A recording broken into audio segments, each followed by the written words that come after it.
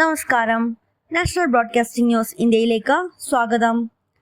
ബീഹാറിൽ നടക്കുന്ന നിയമസഭാ തിരഞ്ഞെടുപ്പിൽ NDAക്ക് ആദ്യ തിരിച്ചടി. നിയമസഭാ തിരഞ്ഞെടുപ്പിൽ NDA സ്ഥാനാർത്ഥി സീമ സിംഗിന്റെ പത്രിക തള്ളിയത് അപ്രതീക്ഷിത തിരിച്ചടിയായി.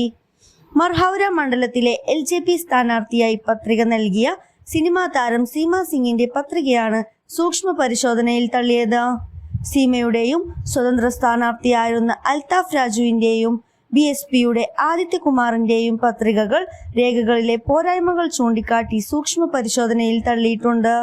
സീമയുടെ പത്രിക തള്ളിയതോടെ മത്സരം RJDയുടെ ജിതേന്ദ്ര റായിയും ജാൻ സുരജിന്റെ അഭയ് സിംഗും തമ്മിലാകും.